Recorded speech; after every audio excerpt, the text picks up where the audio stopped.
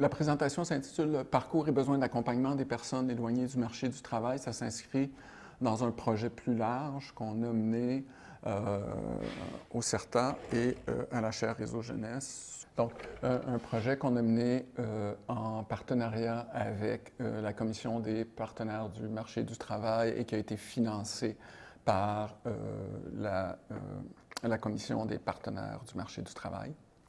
Et la COGMO, c'est-à-dire en partenariat avec la COGMO, c'est-à-dire la Coalition des organismes communautaires en développement de la main-d'œuvre.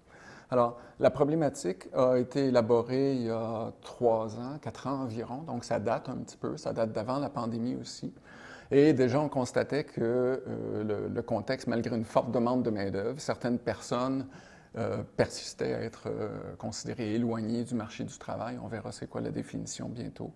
Et que ces personnes-là ont quand même des difficultés qui persistent à intégrer le marché de l'emploi.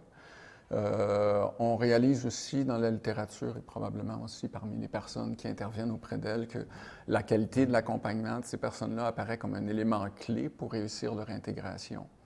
Et c'est la COGMO, en fait, qui a initié ce travail-là, souhaitait pousser plus loin ses réflexions sur les rôles et responsabilités des acteurs qui pouvaient influencer l'insertion de ces personnes-là qui étaient en situation de marginalisation ou au moins à grand risque de l'être.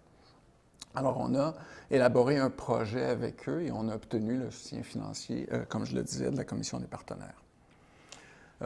L'objectif du projet en général, je vais vous en présenter une partie des résultats aujourd'hui, c'était de mieux connaître les interfaces entre les personnes éloignées du marché du travail et les acteurs qui participaient à l'intégration. Donc, je vais principalement me concentrer sur la question des besoins et des parcours, mais en même temps de leur perception aussi ou de leur lien avec le marché du travail. Il y a un autre aspect qui est je dirais, le travail entre le personnel intervenant, les organismes et tout ça, qu'on va un petit peu laisser de côté ici, mais qui est plus présent dans le rapport. Donc, on voulait documenter les parcours de ces personnes-là et puis documenter le contexte, les interventions, puis les défis, je dirais, des acteurs locaux, on va parler un petit peu moins de ces défis-là. La définition qu'on a adoptée des personnes éloignées du marché du travail, elle est inspirée de celle qui est utilisée par Emploi Québec, c'est-à-dire avoir été sans emploi pendant 1 an en continu et avoir bénéficié d'un soutien du public du revenu au cours des 3 dernières années, ou encore au cours des 3 dernières années, avoir participé à une démarche au sein d'une ressource externe ou d'une entreprise d'insertion ou de travail adapté. Alors, on a pour ça utilisé une méthodologie de recherche mixte, un devis pour les personnes qui ont fait un séminaire de recherche ou qui sont en méthode séquentielle imbriquée, c'est-à-dire que la partie imbriquée, c'est qu'on a recueilli les informations quantitatives et qualitatives auprès des mêmes groupes. Et séquentiel, c'est que ça ne s'est pas tout fait en même temps, ça s'est fait de façon à ce qu'une collecte puisse informer une autre collecte. Donc, ce que je disais, c'est que c'est un devis mixte, séquentiel, imbriqué. Donc, on a collecté certaines informations auprès des mêmes personnes. On a fait une vague d'entretiens individuels auprès de personnes éloignées du marché du travail. On a fait 32 entretiens, finalement. Vers la fin des entretiens, on pensait en faire un peu plus que ça, est arrivé le 13 mars 2019. Je ne sais pas si vous avez eu conscience, mais il y a eu une petite pandémie qui nous a forcés à faire un repli. Donc, on a décidé à ce moment-là, après un bout de temps avec les bailleurs de fonds, qu'on arrêtait les entrevues avec les personnes-là parce que ça aurait été beaucoup trop compliqué de faire ça à distance avec ces personnes-là pour leur offrir un soutien et tout ça. On a quand même continué avec des entretiens individuels auprès d'acteurs du marché du travail. C'était généralement des personnes intervenantes. On avait prévu un peu au départ aller voir des employeurs et tout ça, mais ça a surtout été des personnes intervenantes dans des organismes d'employabilité. Et on a fait par la suite un sondage web qui a été quand même informé beaucoup par les entretiens individuels pour ajuster le vocabulaire, pour cibler les questions aussi, et qu'on a ouvert là, pendant un bon bout de temps là, pour que les personnes éloignées du marché du travail puissent répondre. Il est insisté par les organismes participants. Donc, on a eu 186 personnes qui ont répondu. Ben, en fait, on a eu plus que ça, mais 186 personnes éloignées du marché du travail, plus 71 autres personnes qui ne répondaient pas à nos critères, mais on ne voulait pas que les personnes des milieux leur disent « Ah, toi, tu ne peux pas répondre, toi, tu peux répondre. » Donc, on a quand même ces données-là éventuellement, mais on ne les utilise pas dans cette présentation-ci. Donc, je vais distinguer quand même les deux groupes, là, les personnes rencontrées en entretien individuel et les données issues du sondage, parce que c'est des populations légèrement différentes. Normalement, il n'y a pas de personnes qui ont fait les deux. Alors, les parcours. Donc, première introduction, les parcours des personnes. Ça, c'est les 32 parcours au cours de 3 années. Hein, c'est une illustration, donc chaque colonne est 1 mois. Et puis, c'est les parcours qu'on a triés un après l'autre. Les situations orangées, c'est statut d'inactif. Ça ne veut pas dire que ces personnes-là font absolument rien, mais ne sont pas considérées actives sur le marché du travail, ne sont ni en emploi, ni à la recherche d'emploi. Le bleu clair, elles sont en chômage, donc elles sont sans emploi, mais à la recherche d'un emploi. Et le bleu foncé, c'est en emploi. Donc, on voit le temps se déployer et on voit qu'on peut classer ça en 3 groupes, je dirais. Le premier groupe, c'est les personnes qui sont inactives pour une grande majorité du temps. Ils sont inactifs au début de la période des 3 ans et ils sont inactifs presque tout le temps. Il y a un autre groupe qui est de personnes qui sont en chômage, en recherche d'emploi, déjà au début de la période, et puis qui sont, pour certaines, là, qui ont des épisodes d'emploi ou même des épisodes d'inactivité, mais qui sont surtout caractérisés par cette recherche d'emploi pendant une grande partie. Et puis il y a un autre groupe qui commence majoritairement en emploi, et qui, pour ces personnes-là, vont varier, vont aller inactifs et en recherche d'emploi. Et puis, il y aura des allers-retours et tout ça, mais ce groupe-là est quand même assez minoritaire. Là, c'est moins d'une personne sur 5. Alors, donc, ça donne une idée. Ces parcours-là, donc, pour plusieurs, sont marqués par le statut d'inactif. On voit que, globalement, quand on cumule tous ces mois-là, pour les 32 personnes, on a 57 % de mois qui sont inactifs. Désolé, on n'a pas exactement les mêmes couleurs. On en a le 34 % au chômage et seulement 8,7 % en emploi. Par contre, le travail pour ces personnes-là reste très important.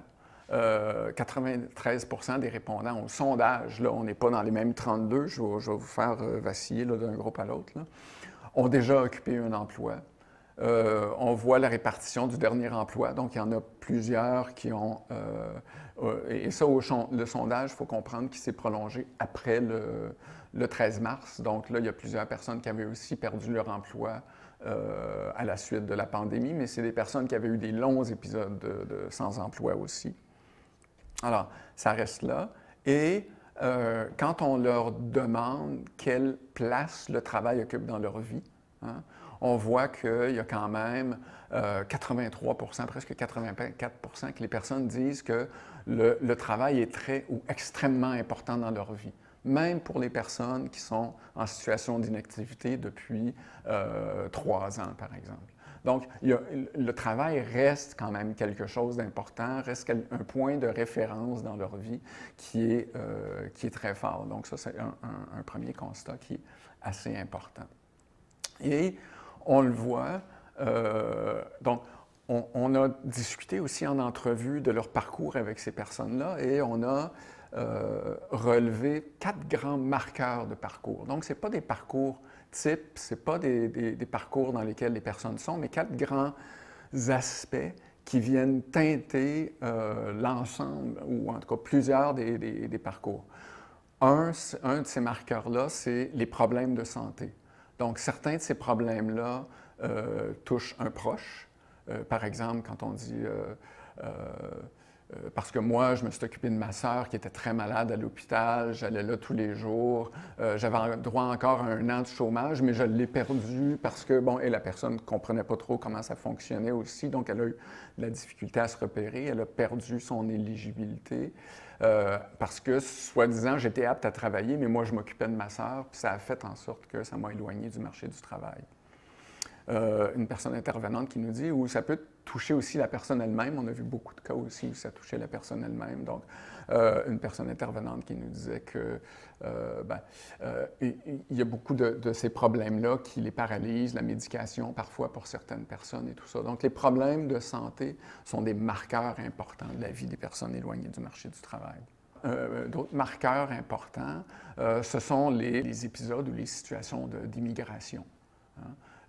Soit que les personnes, justement, ont des sentiments de déclassement quand ils arrivent ici, ils ont de la difficulté à se retrouver dans le système d'emploi, ils ont de la difficulté à se reconnaître comme personne ou à se faire reconnaître aussi des acquis, ils ont de la difficulté à s'adapter à la société d'accueil aussi beaucoup. Il y a plusieurs parcours, excusez-moi, qui sont marqués par un environnement social qui est peu soutenant. Des gens autour, des conditions, des conditions de vie de couple ou des conditions d'encouragement, je dirais, ou de ça qui sont difficiles, des problèmes sociaux, des problèmes parfois de violence conjugale ou des problèmes d'environnement peu propices à soutenir l'emploi. Et il y en a qui sont marqués par la parentalité, c'est-à-dire qui occupent une grande place, souvent la monoparentalité, mais pas toujours. Donc, les responsabilités parentales qui peuvent être très lourdes aussi pour certaines personnes et qui peuvent les éloigner du marché du travail. Fait que c'est les grands marqueurs qu'on a retrouvés. On reviendra tout à l'heure comment ça peut avoir des effets importants aussi sur leur participation et leur parcours de retour éventuel.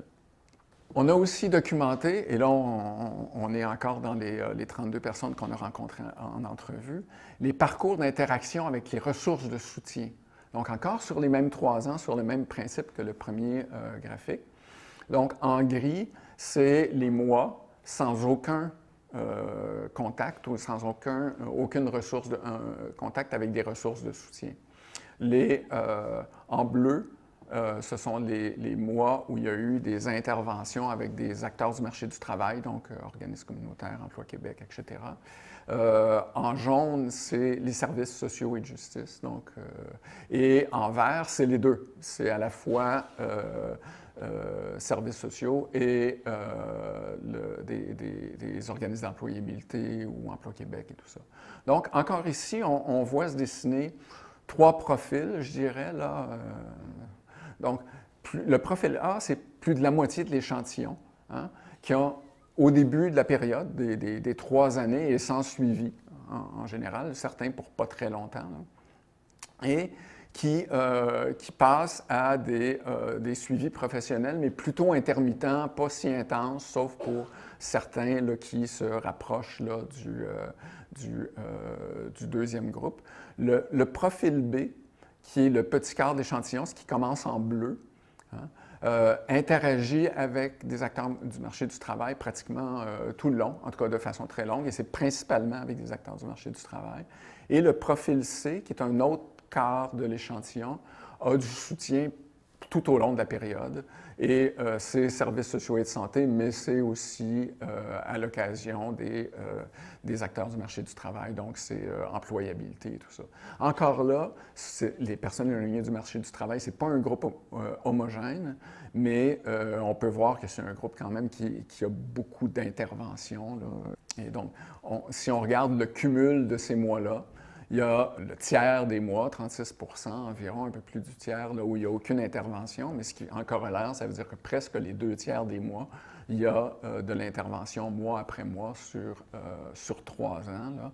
Là. En 3 parties là, plus ou moins égales, là, de seulement employabilité, seulement services sociaux et mix entre employabilité et services sociaux. Maintenant, on passe aux répondants au sondage. On n'est plus dans ces 32 personnes-là, mais on va dans le nombre de rencontres avec divers types d'organismes, divers types de ressources de soutien. Et là, on se focalise là, davantage sur les ressources en employabilité. Alors, on voit, par exemple, que les personnes qui ont rencontré différents types d'acteurs, c'est pour toutes les personnes. Par exemple, là, il y a seulement 25 % de ces personnes-là qui n'ont pas rencontré aucun organisme communautaire au cours de la dernière année. hein. Il y en a 9 qui ont eu 1 à 3 rencontres, et il y a presque les 2 tiers, là, 64 qui ont ont eu des rencontres avec des organismes communautaires, plus de 4 rencontres dans l'année. Et ça diminue, on va à Emploi Québec, c'est un peu moins. Les employeurs, bien, il y en a qui ont très peu vu d'employeurs. Et Service Canada, c'est quand même l'organisme avec lequel on a le moins de contacts, le moins fréquent. Et c'est très rare qu'on a plus de 4 rencontres là, avec Service Canada, bien entendu. Mais bon, ça documente des choses que ça tombe un peu sous le sens là, pour les personnes qui sont dans le domaine, mais ça donne une idée aussi de l'intensité, je dirais, des interactions que ces personnes-là et avec qui. On a aussi regardé sur les sites web, et des Supéno étant co-chercheur au projet, ça l'intéressait aussi de voir les questions de recherche d'information. Alors encore ici, Emploi Québec, il y a le 3/4 des personnes qui ont fréquenté les sites d'Emploi Québec, et certaines pour plusieurs visites. Les autres sites, Jumboom et tout ça, ça va un peu moins, mais c'est quand même fréquenté par beaucoup de monde. Et les sites web de Service Canada, ce qui était associé à ça, là, on a essayé toutes sortes de noms, assurance chômage, etc. Là, on les a tout regroupés. C'est quand même par moins de personnes aussi que c'est fréquenté. Alors, qu'est-ce que ces personnes-là nous ont dit sur leurs besoins? Alors, on dégage 3 grands types de besoins des personnes éloignées du marché du travail. En fait, de l'ensemble des personnes qui sont dans une démarche d'employabilité. Alors, on a classé les besoins qui sont directement liés à la recherche d'un emploi, c'est-à-dire faire un CV, faire des démarches auprès des employeurs et tout ça. Hein? Bon, les personnes nous disent « j'ai aimé ça, les recherches d'emploi, j'ai découvert des choses sur le marché caché du travail et tout ça ». Il y a les besoins d'orientation et de développement de compétences qui sont, je dirais, en deuxième ligne, plus ou moins, là, si on regarde la manière dont les personnes vont se déployer sur le marché du travail ou dans leur parcours de retour au marché du travail ou d'accès. Donc, les besoins d'orientation, je voulais savoir ce que je voulais savoir quel cours était disponible pour mieux me préparer et tout ça. Et on a identifié aussi les besoins de soutien pour se rendre disponible à l'emploi. C'est-à-dire régler ce qui se passe dans sa vie pour être capable de faire ma recherche d'emploi, pour être capable aussi de développer mes compétences pour avoir accès à l'emploi. Ce qu'il y a de vraiment typique des personnes éloignées du marché du travail, c'est que ces besoins-là prennent une place très importante.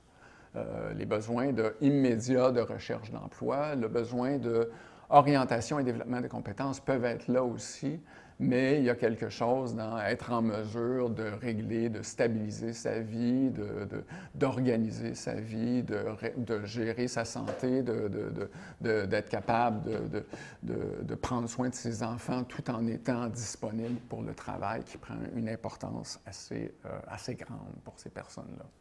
On a examiné aussi, je vous donne un aperçu un peu de ce qu'on a comme résultat dans l'enquête. On a examiné les expériences que les personnes éloignées du travail ont eues et leur satisfaction, en fait, dans les interactions qu'ils ont eues avec les acteurs du monde du travail. Donc ça, c'est les pourcentages de répondants au sondage. On voit que quand on leur demande la facilité à rencontrer quelqu'un, bien et là, ce qui est en vert, c'est les organismes communautaires. En bleu, c'est Emploi Québec et ses déclinaisons. En gris, on a mis les employeurs quand ils voulaient solliciter des employeurs. Et en rouge, c'est Service Canada. Bon, il y a déjà un petit pattern qui se dessine de façon globale là, par rapport à leur satisfaction avec les interactions. Mais c'est clair que du point de vue des organismes communautaires, la facilité de rencontrer quelqu'un, avoir l'impression que la situation est comprise, avoir l'impression que la démarche est utile et que ça donne des résultats concrets, c'est très important. C'est pour une grande majorité de personnes. C'est un peu moins quand on va vers Emploi Québec, mais quand même là, c'est quand même assez fort pour au moins les 2 premiers, facilité de rencontrer quelqu'un et impression que la situation est comprise. Les employeurs, c'est un peu moins le cas. Hein? On a plus des expériences difficiles avec les employeurs. Et avec Service Canada, là, c'est moins satisfaisant, en tout cas pour beaucoup moins de personnes qui ont eu des contacts avec. Ça, d'ailleurs, c'est les réponses des personnes qui ont eu des contacts au cours de la dernière année, bien entendu. Là. Quand on va du côté des résultats concrets là, pour et les employeurs et de Service Canada, ça tombe sous le 50 Et la tendance s'inverse un peu avec est-ce qu'il aurait pu en faire plus? Bien là, on concède que pour les organismes communautaires, il aurait peut-être pu en faire un peu plus, mais c'est moins répandu. Et jusqu'à 38 pour Service Canada, où on estime que cet acteur-là aurait pu en faire plus dans la démarche et tout ça. Au site Internet aussi, on leur a demandé. Hein, donc, on leur a demandé si l'information était facile à trouver, si elle était facile à comprendre et si elle était utile. Généralement, les degrés d'accord sont assez élevés. Un peu moins quand même pour les sites de Service Canada, mais ça se situe quand même assez bien. Mais on note quand même qu'il y a quand même un 20 là, de personnes là, qui ont, à tous les niveaux là, et pour tous les sites là, qui ont de la difficulté à se retrouver ou qui ne sont pas très satisfaits et qui ne trouvent pas ça très facile à comprendre, là, bien souvent. Donc, ces personnes-là, c'est probablement des personnes vulnérables parmi les personnes vulnérables quant à la question de la recherche de l'information sur Internet. Alors, les personnes qu'on a rencontrées aussi nous ont parlé d'interactions qui favorisaient pour elles vraiment ce qui était leur parcours de retour, de réconciliation, de revenir sur le marché du travail. Elles nous ont parlé d'interactions personnalisées qui favorisent un sentiment de confiance et de sécurité. Une personne qui dit oui, le respect de mes limites, mes besoins, vraiment, c'est tout ça qu'elle a fait. Elle nous parle d'une personne en particulier. Déjà, le fait que je vivais de l'aide sociale, j'avais ma fille, j'étais monoparentale, vraiment, j'étais quelqu'un de marginalisé. Même dans la façon dont les autres personnes dehors, donc de l'extérieur de l'organisme, interagissaient avec moi, je le ressentais. Je ressentais du jugement, beaucoup de pression. Donc vraiment, je me voyais comme quelqu'un de marginalisé. Puis elle m'a aidé à m'intégrer. Donc c'est une personne issue de l'immigration aussi, mais en même temps qui a une situation aussi familiale particulière. Une autre personne, Isabelle, nous dit, puis j'en parle avec mes enfants, je suis fière d'être ici, puis « Ah ouais, maman, lâche pas, on t'encourage. » Donc, ces personnes-là, au contact de ces acteurs du marché du travail-là, ont retrouvé quand elles sentaient qu'elles avaient ces interactions personnalisées, un sentiment de confiance et de sécurité. C'est vraiment quelque chose de fort dans les discours. C'est vraiment un élément, là, je dirais, assez transversal. Là. Il y a quelques extraits, là, mais qui parcourent beaucoup le lien avec les acteurs du marché du travail. Là. Cette capacité de forger un lien, de se faire reconnaître comme personne, de se faire reconnaître dans son humanité aussi, je dirais, et que l'interaction soit vraiment personnalisée. Elles ont besoin qu'on soit là pour elles et non pas pour la population en général. Certaines autres interactions étaient jugées impersonnelles et inhumaines. Le chômage, leurs décisions, quand ils prennent une décision, je trouve que c'est inhumain même ce qu'ils font. On n'est pas tous en même coche, là, mais eux autres, c'est comme ça. Oui, leurs décisions, quand ils prennent leurs décisions, je trouve que c'est vraiment pas humain, une autre personne qui nous dit, pas mal, moi je les trouve, ils sont bêtes, ils sont pas corrects. Sinon, tu les appelles, puis ils sont comme, oui, mais tu n'as pas appelé la bonne personne. OK, peux-tu me référer? Non, puis là, ils raccrochent. Une expérience de personne, là, quand même. Là. Ça ne te tente pas de donner son numéro, quelque chose?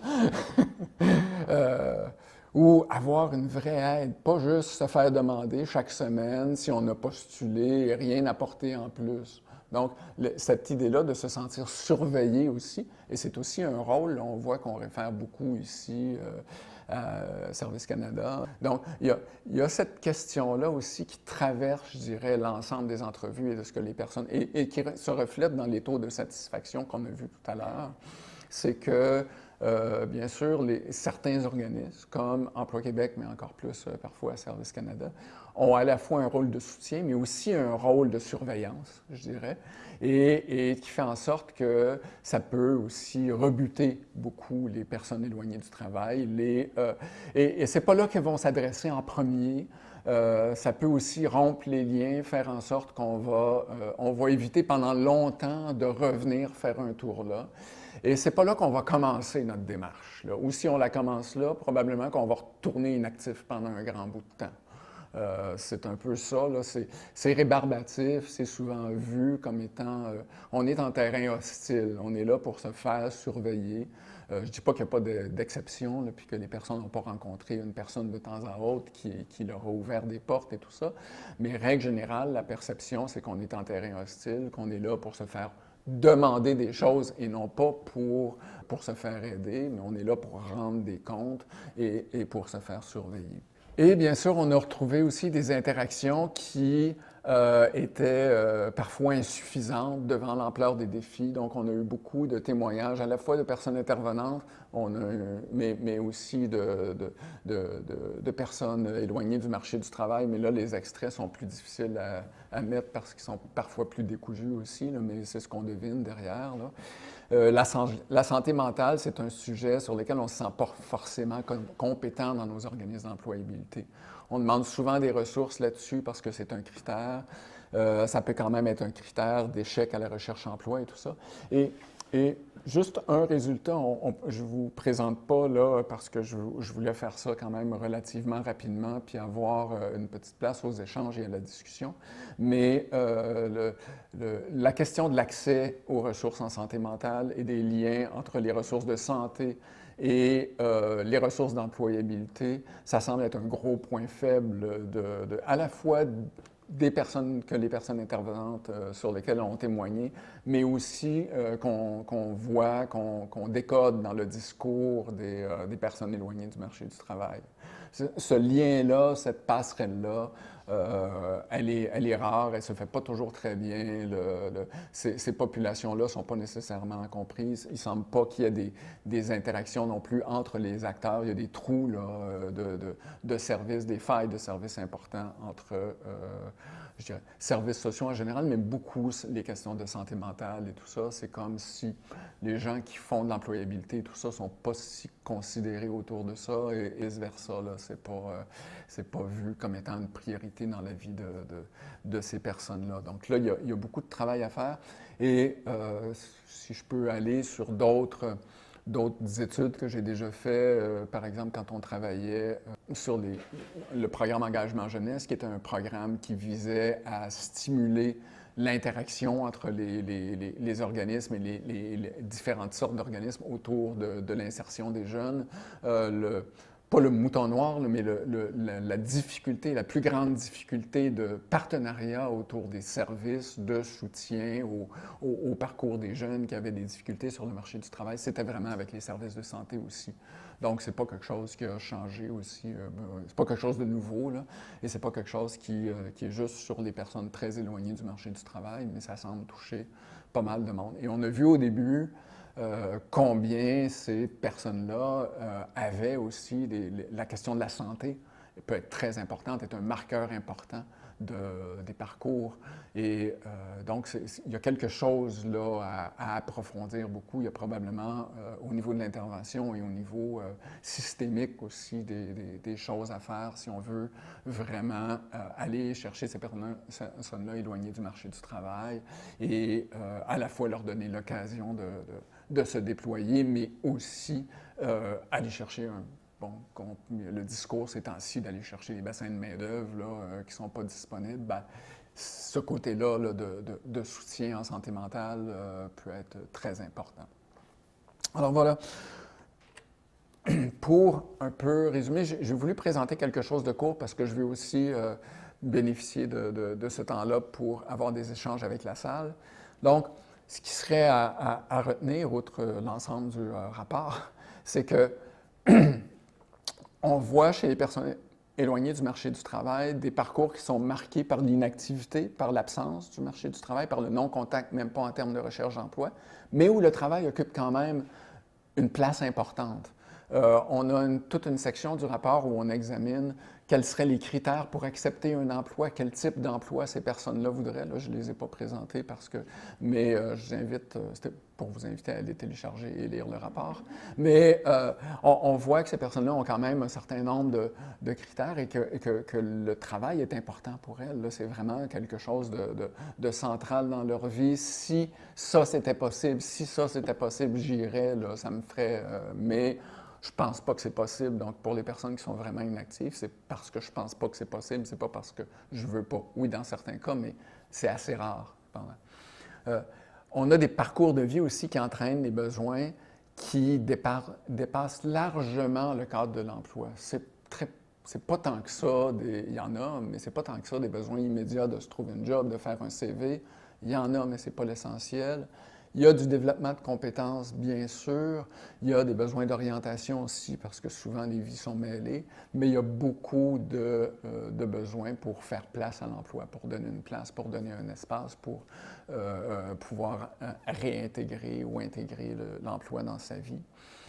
C'est des besoins aussi, on ne le démontre pas, mais on le démontre dans le rapport, qui appellent des interventions flexibles et prolongées. Ça ne se règle pas en 3 coups de cuillère à peau, cette affaire-là. C'est vraiment des... et donc, de construire les liens de confiance dont on a parlé au début, c'est vraiment important. Il y a des interactions plus ou moins satisfaisantes selon la catégorie d'acteurs du marché du travail, les organismes d'employabilité, essentiellement organismes communautaires et tout ça.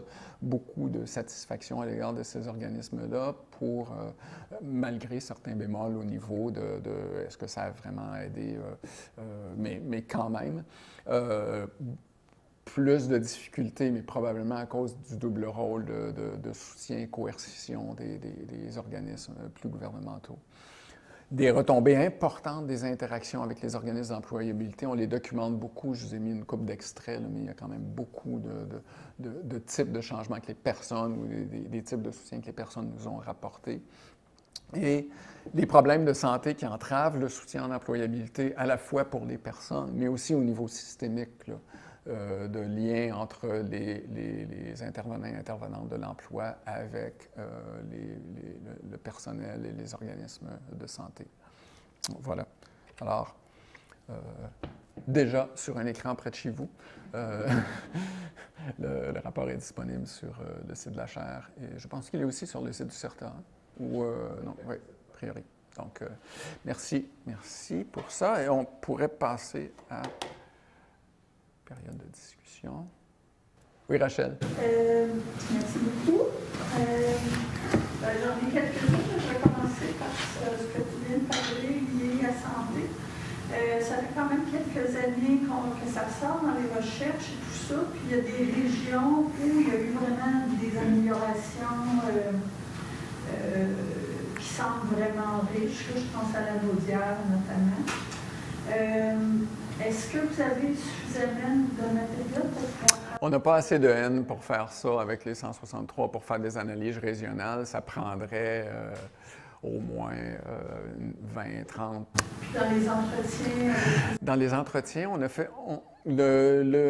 au départ, dans ce projet-là, on voulait faire 3 cas régionaux, je dirais, pour aller chercher les environnements, faire les entretiens avec les personnes bénéficiaires, les personnes intervenantes, faire un peu 3 études régionales. Et puis, on a eu des problèmes de recrutement importants. Il ne faut pas se le cacher, là, comme moi aussi, de participation d'organismes. Il y a des organismes qui ont été très volontaires, mais il y en avait, mettons, un dans la région, fait que c'était pas suffisant pour aller... Fait que, finalement, on a ouvert un peu. On est resté quand même dans 3 régions. On n'est pas allé si éloigné. Mais on n'a pas pu vraiment concentrer pour pouvoir faire. On ne peut pas prétendre à faire des portraits régionaux, non. Puis dans les 184 sondages, est-ce que c'est très réparti? C'est pas mal réparti, je dirais. Il n'y a pas ce que j'ai pu voir. Là, on a quelques organismes où il y avait, je pense qu'il y a 2 ou 3 organismes où il y avait 25 ou 28 personnes, là. Mais c'était un organisme. Oui, cet organisme-là, ils ont donné un billet, là, tu sais. Mais parce qu'on s'engageait aussi à faire un portrait pour des organismes qui avaient plus que, je pense, 20 répondants. Fait que ça les a motivés, là, à le faire. Mais sinon, on ne peut pas dire que ça représente une région nécessairement ou qu'on peut vraiment faire des analyses de type régional là, par rapport à ça. Ce qui est dommage parce que ça serait vraiment bien, mais on le voit depuis le début de la chaire, c'est un des projets où on fait beaucoup, on est quand même beaucoup en lien avec le secrétariat à la jeunesse, avec des ministères, avec Martin Goyette aussi, où on l'a affirmé à la Commission Laurent et tout ça, l'accès aux données ministérielles. Là, ça devient une priorité en santé. Ça va devenir, bon, selon les plans, ça deviendrait une priorité en santé, mais ça reste la croix et la bannière, c'est diffusé dans les organisations, ça ne monte jamais au central. Quand ça monte, là, il y a la Commission d'accès à l'information qui est là-dedans, et puis en éducation, c'est bien pire, là, même s'il y a des démarches en ce moment. Donc, c'est très difficile d'avoir ce genre de portrait-là, mais ça serait extrêmement utile parce que les acteurs sur le terrain pourraient avoir une vision large de, ce qu'on fait, ça donne quelque chose. Là. Ouais. Donc, je me demandais, si vous d'abord merci pour avoir cette présentation qui est très prête, puis on étire beaucoup d'enseignements aussi. Je me demandais si dans votre rapport, il y a des recommandations qui seraient adressées aux différents organismes qui travaillent justement avec ces personnes du marché du travail. Parce que je vois par exemple que les organismes communautaires, les actions sont vraiment très appréciées, beaucoup appréciées. Et on sait qu'ils sont souvent sous-financés par rapport souvent des sous-financements. Je me demandais s'il y a par rapport à ces risques-là, on voit que... Non, ce n'est pas un rapport où on a fait des recommandations, parce que ce n'était pas l'objectif. Cependant, ça s'inscrit dans une démarche qui est entreprise par la COGMO de remobilisation de ces connaissances-là. Donc, normalement, à l'automne, il devrait y avoir, à l'intérieur de ça, le rapport devrait être discuté entre les membres. Donc, il y aura organisation d'un forum. Là. Ça se met en branle tranquillement, où les membres vont pouvoir se pencher sur les constats, je dirais, on est plus dans l'ordre des constats que des recommandations, là. Et éventuellement formuler des recommandations ou des pistes d'action ou des choses comme ça. Là. Mais nous, on fait des constats et puis il y aura un échange avec ces organismes-là éventuellement pour pouvoir débloquer peut-être, là, selon comment... Là, c'est vraiment dans les mains de la coalition là, pour s'approprier, je dirais, approprier par les membres et puis porter le message s'il y en a un à porter. Patricia. Merci d'abord. Puis en fait, ce que j'ai voulu discuter, c'est le bloc de inactifs, dans le fond, pendant l'ensemble de la période. Est-ce qu'il y a des caractéristiques de ce bloc-là en termes sociodémos ou en termes... Est-ce qu'il est un peu plus homogène? Est-ce que vous avez comme... On a 32 entrevues. Tu connais mes réticences à faire du quantitatif avec du qualitatif. Déjà, c'est pas mal le plus loin que je peux me rendre. Je pense pas qu'on peut faire de relations là, vraiment le moindrement indicative ou causale là, avec ça. Ça serait vraiment intéressant d'avoir ces parcours-là sur quelque chose de plus large. Je suis sûr qu'on peut les avoir avec les données d'Emploi Québec, mais ça ne me tente pas de passer 2 ans et demi à zigonner la caille pour Commission d'accès à l'information, là, pour faire un projet, pour aller chercher ça. C'est un peu ça aussi, la question. Donc, non, je ne me risquerais pas à faire des... Mais en fait, ce que je te dirais, c'est que à l'œil, il n'y a rien d'évident. Le reste, là, c'est... tout est dans l'erreur de mesure. Hein? Parce que c'est ces personnes-là, dans le fond, qu'on veut... Je dirais, moi, je dirais c'est l'ensemble, parce qu'il y a aussi des personnes qui ont des épisodes d'emploi, mais qui se retrouvent aussi éloignées. Si on désaccesse ces parcours-là, on pourrait dire qu'il y a des personnes où on les prend dans un 3 ans où ils sont là, mais ils pourraient être dans un autre groupe aussi un peu plus tard ou avant. Hein? On ne sait pas. Donc, moi, je trouve que l'intervention, ce que je tire de ça, c'est aussi que l'intervention doit viser plusieurs profils. Hein? Et non seulement un profil unique où on pense que... Je me questionnais sur le fait que le recrutement ait beaucoup eu lieu avec les organismes est-ce que ça peut avoir un impact sur, par exemple, l'image de ce qu'on voit que les gens ont beaucoup de services par les organismes ont été satisfaits? Ben, en fait, ça peut avoir un impact, tu as raison, parce qu'à la fin là, du parcours, là, ils sont tous intervenus. Mais donc, le mode de recrutement, c'est sûr qu'il a teinté les personnes qui sont éloignées du marché du travail. Mais dans le sondage, il y a des personnes qui étaient un peu plus loin, là, qui n'étaient pas nécessairement inscrits à l'organisme, qu'on a réussi à rejoindre. Mais c'est sûr que ça teinte. C'est des personnes qui, au moment de l'enquête, sont déjà à quelque part. Là. Ce ne sont pas les personnes qui, ça fait 5 ans, qui n'ont même pas vu aucun organisme. Là. Hein?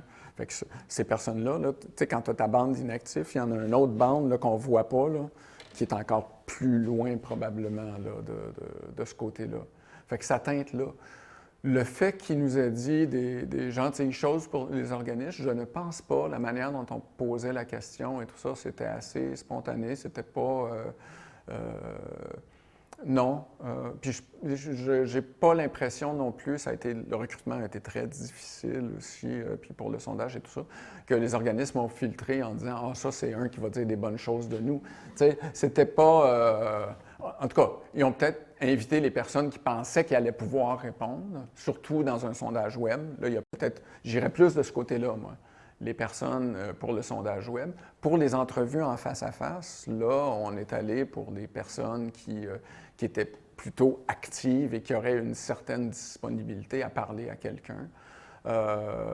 Le fait qu'il y ait une compensation financière, bien, il y a peut-être certaines personnes que ça... Mais tu sais, ça donnait les moyens, je dirais, de s'exprimer. On a des personnes aussi qui étaient... Mais déjà, il fallait qu'il y ait un pied dans un organisme là, pour être recruté là, à quelque part. Donc oui, il y a peut-être un biais là-dessus, on l'admet bien. Mais le biais, ça me surprendrait que ça soit parce qu'ils trouvent les organismes comme nous. T'sais. Peut-être, là, mais bon, je ne suis pas sûr que ça soit très, très fort. Oui. Est-ce que dans le rapport, on a, par rapport à l'âge, puis... Oui, on a toutes les caractéristiques des échantillons, et selon l'âge, selon s'ils sont ou non issus de l'immigration, hommes-femmes, niveau de scolarité, tout ça. Oui. Ça a eu un impact sur les réponses? On n'a pas fait beaucoup de tests d'association sur les personnes éloignées du marché du travail, sur le sondage là, en tant que tel. C'est sûr que de le faire pour les personnes recrutées en entrevue, on avait, pour les entrevues, on avait au départ là,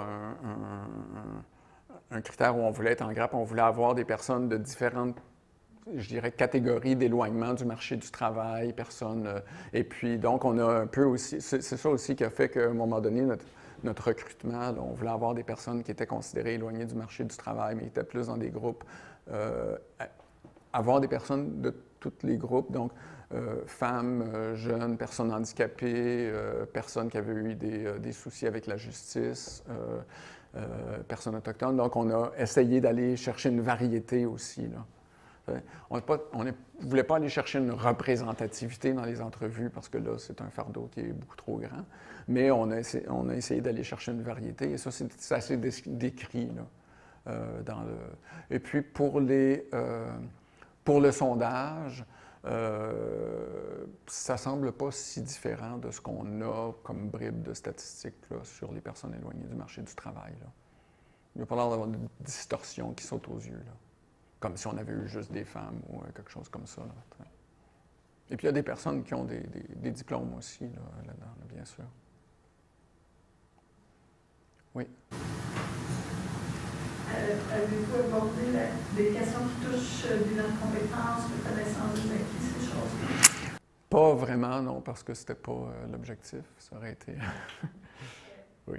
Bien, on l'a fait, oui, là, s'ils en ont fait dans les... Information sur le... Oui, mais on n'a pas dit...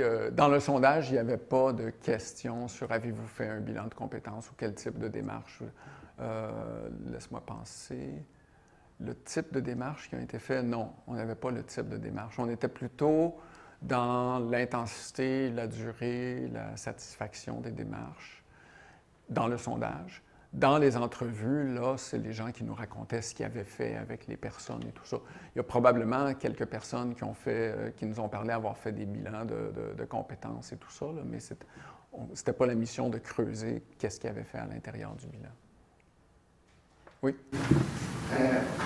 Vous avez parlé du secteur de la santé, du ministère de la Santé, des organismes communautaires, mais est-ce que ces gens-là ont consulté le secteur de l'éducation pour faciliter leur intégration sur le marché du travail?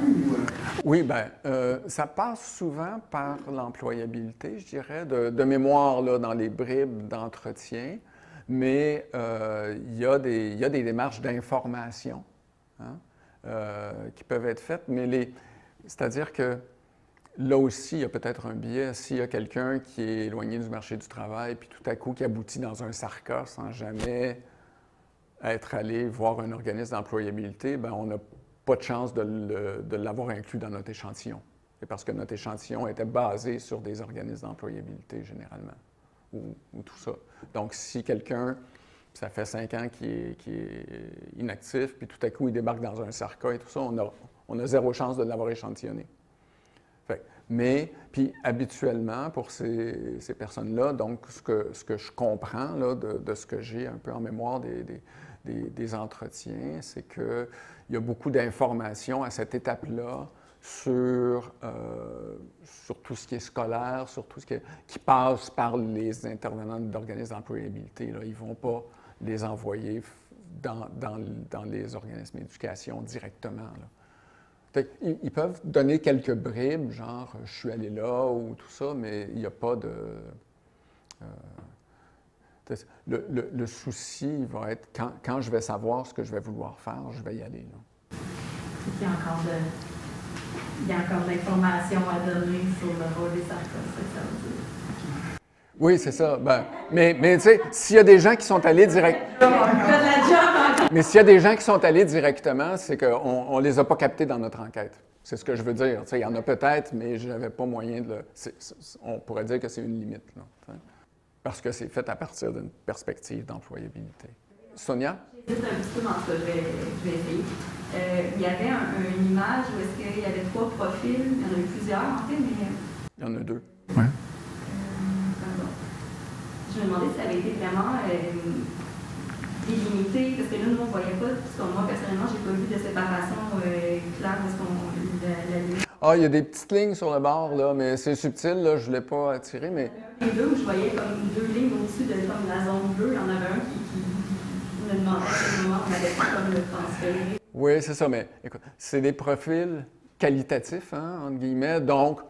Grosso modo, il y a des profils qu'on définit comme ça, mais c'est pas c'est pas tranché au couteau non plus. Là, il y a des endroits où quelqu'un peut tomber dans un ou dans l'autre, là, selon, mais dès qu'on fait ce tri-là, on dit ben il a l'air d'avoir 3 grands profils, mais ouais, c'est ça. Et on pourrait le redécouper encore, mais c'est... Oui, c'est ça. Puis on essaie de les délimiter. Là. Il y a des petites coches là, sur le bord, là, mais ça reste quand même des grandes descriptions. Ce n'est pas coupé au couteau, ces choses-là. Oui? Ah, peut-être. Oui. Dernière. J'essaie de tenir le temps en même temps, mais on a encore 4-5 minutes, c'est bon. C'est bon, mais ce ne sera pas très long. En lien avec les employeurs, bon, j'ai vu qu'il y a peu de possibilités de les rencontrer lors d'entrevues et tout ça, mais on voit quand même que les répondants ont qualifié un peu leur interaction avec les employeurs. Peux-tu nous en dire un petit peu sur ce type d'interaction-là? Puis, oui, de mémoire, les personnes nous disent... C'est assez neutre, les employeurs, je dirais. Et puis on s'est posé la question aussi si les personnes éloignées du marché du travail ne sont pas, je dirais, indulgentes par rapport aux employeurs, dans le sens où c'est pas sa job de m'aider. Mais en même temps, ils ne sont pas si fâchés que ça après les employeurs. C'est pas ressorti comme, tu sais, on aurait pu s'attendre à les employeurs ne veulent pas nous. C'est comme un peu neutre. C'est pas comme ce qui ressort là, comme impression à la fois du sondage puis des entrevues, par exemple. Service Canada serait là pour nous aider, mais ils ne sont pas là ou ils sont juste pour nous. Puis, tandis que l'autre, les organismes communautaires, bien, ils sont là, puis oui, puis une chance qu'ils étaient là et tout ça. Là, les employeurs, c'est oui, j'ai des interactions, c'est sûr qu'il pourrait en faire un peu plus, il pourrait être un peu plus accueillant, mais d'un autre côté, on comprend qu'ils ont d'autres choses à faire, ou, tu sais, bon, etc. Fait que, tu sais, le discours est plus mitigé, je dirais. On a moins un discours. C'est pour ça qu'on a écrit, la section sur les employeurs est assez petite, là, c'est parce qu'ils n'en disent pas grand-chose, en fait. Tu sais, oui, je suis allé là, j'ai déposé, tu sais, puis quand tu arrives devant une entreprise, je suis allé mener mon CV, j'ai fait ça, tu sais, c'est ce que j'ai vu, là. Ils ne s'attendent pas à être reçus dans le bureau du président, là, tu sais, il y a comme quelque chose de pas... il n'y a pas une hargne, il pourrait en faire plus ou quelque chose comme ça, comme on voit dans certains discours. Fait que, on aurait peut-être pu pousser un peu cette question-là, mais globalement, c'est ce qui ressort. Oui, Rachel? Dans les marqueurs, les 4 marqueurs, j'ai remarqué que les extraits, c'était des extraits des personnes intervenantes. Les trois autres, oui. Santé, migration, tout ça, il y avait comme c'était vraiment des extraits de personnes intervenantes, mais j'imagine que vous l'avez aussi avec rendez-vous. Ah oui, dans le rapport, on l'a avec les personnes, mais c'est que c'est plus long, c'est plus compliqué comme histoire, là. Fait que, tu sais, ce qui encapsule, là, c'est... Est-ce que c'est possible, je fais un petit peu de course sur le questionnement de Marc, mais est-ce que c'est possible que cette présence de l'éducation, de l'orientation éducative professionnelle, soit un peu invisibilisée aussi dans le discours des intervenants, qui est encore, il y a une certaine époque, dans PCM, on le voyait, il y avait une tendance dans certains groupes qui voyaient vraiment préparation marché du travail, focus, préparation marché du travail. Moi, je l'ai vu dans ma thèse, comment des fois c'était fascinant, il y a des jeunes qui voulaient vraiment retourner aux études, on les continue à leur faire des CV, machin. Est-ce que c'est possible que c'est ça qui induit qu'il n'y a pas si de présence des événements scolaires ou formatifs? Ça se peut. Puis, tu sais, le questionnaire, en fait, on a beaucoup axé sur les acteurs du marché du travail. Nos listes, on a examiné organismes d'employabilité, on n'a pas examiné organismes éducatifs, on a examiné Emploi Québec, on n'avait pas nommément, tu sais, avez-vous été en contact avec des SARCA ou avec des organismes? Tu sais, on était focalisé là-dessus, là. Donc, là, il y a peut-être un point aveugle, qui est une critique qu'on pourrait faire à l'étude de ce côté-là, là, je dirais, là, sur même si ressort dans les besoins une partie de préparation ou même quand les personnes nous en parlent, là, de besoins, je dirais. Mais on dirait que bon, c'est peut-être à la fois un peu la perspective qui a été adopté par le rapport parce que à cause du partenariat et tout ça, mais aussi des personnes, c'est que ce besoin-là, il est essentiellement, dans cette logique-là, médiatisé par l'employabilité. Oui, puis ça veut peut-être une pression culturelle très forte. C'est ça, oui, c'est ça. Même si on sait qu'il y a un problème fondamental qui est lié à l'esprit. Oui. Mais c'est sûr qu'il y a des personnes qui parlent de compétences de base et des choses comme ça. Là, on le décode là, dans leur discours, là. Mais c'est moins ça qui est mis de l'avant, je dirais. Là. Ah oui, non, c'est sûr que... Le systémique en santé, je trouve juste que ça incite vraiment à élargir cette perspective-là, puis sur l'importance, dans le fond, d'un travail en continuité de service avec les acteurs de la santé, puis pour que les gens puissent bénéficier des... Puis en même temps, dans l'idée d'être prêt pour aller travailler, le travail peut aussi engendrer, être une occupation qui aide à la santé. Puis dans PCM, ça sortait quand même assez fort de dire que des personnes qui avaient des enjeux de santé mentale, le fait d'aller travailler, ça les aidait aussi. Fait que des fois, on attend qu'il y ait mieux pour les aider, pour qu'ils retournent sur le marché du travail. Mais le travail peut aider aussi, mais il faut que ça soit... Ah oui, mais ça ressort. Ça ressort, là. on ne l'a même pas mis explicitement dans le rapport, mais je peux te le dire dans les entrevues, là, qu'il y avait un effet d'interaction fort entre santé mentale et travail. Là, c'est comme à la fois, puis c'est comme pourquoi attendre ou pourquoi travailler séparément là-dessus, ou pourquoi. Si je pouvais avoir quelque chose seulement une journée par semaine, ça me... Puis toutes ces conditions-là, de mémoire, il y a peut-être du non-dit envers les employeurs là, sur les conditions de travail, les conditions d'accès aussi, et tout ça, là, pour des personnes qui ne sont peut-être pas étiquetées comme en situation de handicap, mais c'en est un réel, là, par rapport à la charge de travail qu'ils peuvent normalement assumer. Là. Oui. Je pense que c'est là, peut-être, qu'il y a quand tu parlais de flexibilité. Oui, c'est ça. Puis de la durée, puis tout ça. C'est sûr qu'il y a des effets d'interaction, des spirales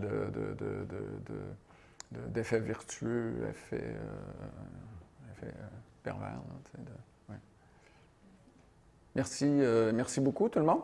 Merci d'avoir été là. J'espère que ça a répondu à quelques questions. Donc, je vous invite à aller consulter le rapport si vous avez le temps. Si le rapport a été écrit avec des faits saillants, très ramassés là, en 2-3 pages pour lesquels vous pouvez référer à certaines sections et tout ça. Donc, il y a vraiment des choses assez condensées. On en a fait aussi un outil pour essayer de faciliter le transfert, même si ça dépasse quand même un peu les 144 caractères. Donc, on essaie quand même il y a 2 versions. Il y a une version courte de faits saillants avec 2 faits saillants, puis il y en a une avec 10 faits saillants. Là, mais pour essayer de ramasser les choses. Donc, ne fût-ce que pour ça, ça peut valoir la peine. Merci. Merci pour vos questions aussi.